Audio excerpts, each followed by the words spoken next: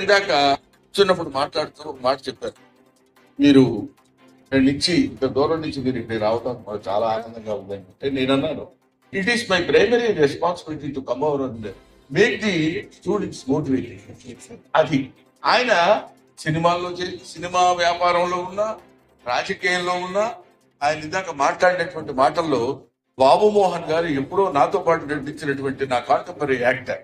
ఆయన ఎమ్మెల్యే అయిపోయి cabinet minister అయినప్పుడు ఎప్పుడో ఎన్ని సంవత్సరాల క్రితం, 25 years బ్యాక్, 25 సంవత్సరాల క్రితం ఆయనతో పాటు కలిసి పనిచేసినటువంటి బాబు మోహన్ గారిని పదే బ్రహ్మానందపై బాబు మోహన్ గారు అని కూడా అన్నారు.